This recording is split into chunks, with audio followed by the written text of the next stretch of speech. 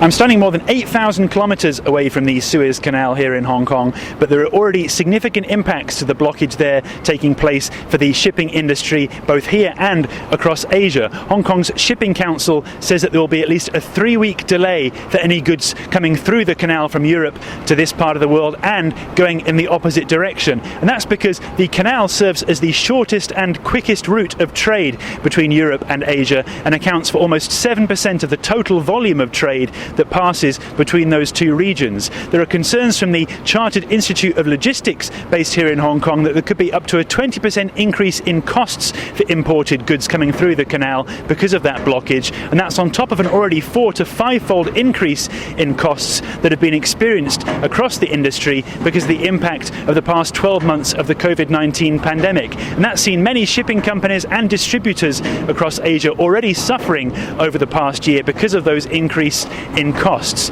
There is some positivity, at least from one of the main operators at the port here, Modern Terminals. It operates one of the main shipping areas behind me. It says that because of the impact of COVID-19, it's actually operating in a more streamlined capacity these days and has been better able to cope with the impact of the past few days of the Suez problems because of that fact. But nevertheless, many of the large shipping companies here are preferring to just have their cargo ships sit and wait and hope that this blockage will be cleared up, even though it's costing them up to $8,000 per day, because they'd prefer to do that, they say, than send those ships on the more arduous, more costly and potentially more dangerous journey around the southern tip of Africa that's plagued not only with the extra fuel costs but also concerns over potential piracy and the difficult sailing conditions. And with so many perishable items as part of the cargo that are due to come to this part of the world, they'd prefer to sit and wait and just try and get most of that through the canal as soon as possible whenever it can be unblocked. Richard Kimber for SABC News